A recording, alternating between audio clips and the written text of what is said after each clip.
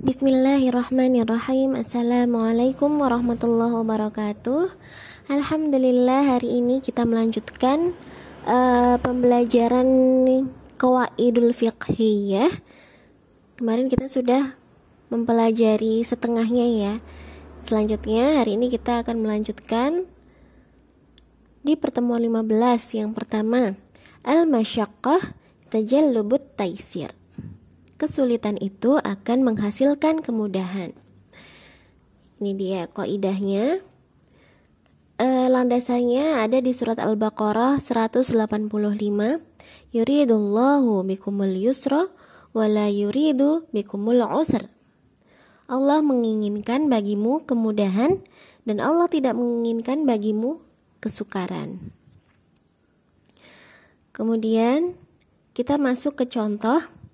Ketika seseorang tidak bisa berdiri dalam sholat fardu, maka baginya diperbolehkan sholat sambil duduk.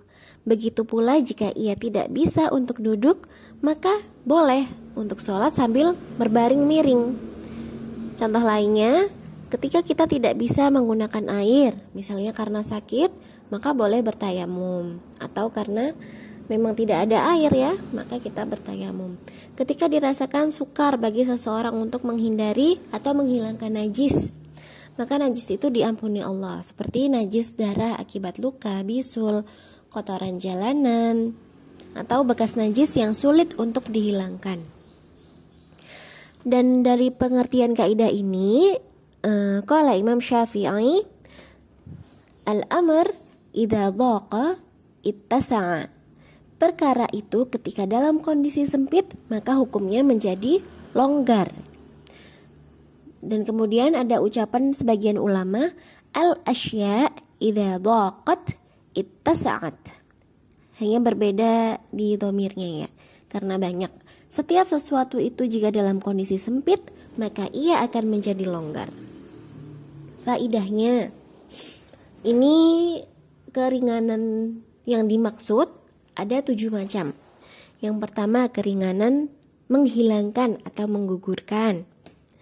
Keringanan mengurangi. Contohnya mengqashar sholat ya. Keringanan mengganti. Itu ganti wudhu jadi tayamum.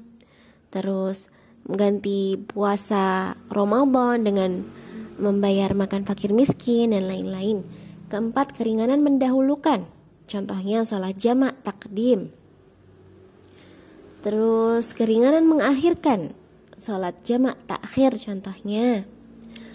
Seperti juga puasa wajib Ramadan bagi yang sakit, yang musafir, ibu melahirkan misalnya, itu bisa kita akhirkan. Keenam, keringanan rukhsah. Seperti sholatnya orang beristinja dengan batu karena masih ada bekas sisa kotoran dan lain-lain. Kemudian keringanan merubah, seperti merubah peraturan atau praktik sholat pada sholat khauf, tapi tetap ada tuntunannya ya, ada contoh dari Rasulullah SAW. Kaidah selanjutnya, al-asya' idza ittasa'at dhaqat. Ini yang tadi ya, kondisi sesuatu itu jika dalam kondisi longgar maka ia akan menjadi sempit.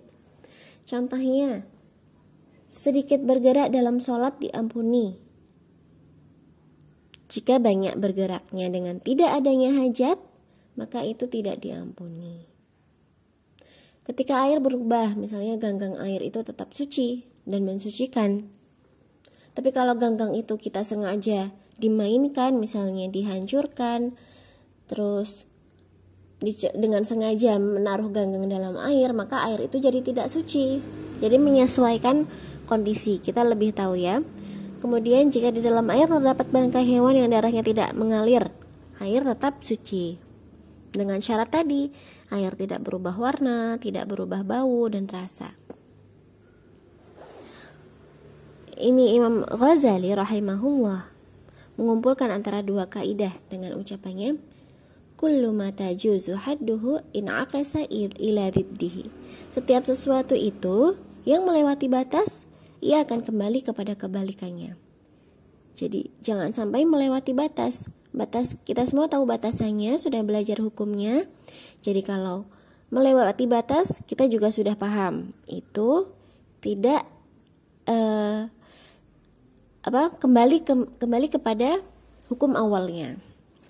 Rasulullah SAW bersabda, la darara wa la dirara. Tidak memberikan mudarat pada diri sendiri dan tidak memberikan mudarat pada orang lain. Kaidah selanjutnya kita belajar tentang ad-dararu yuzalu. Kemadaratan itu dihilangkan.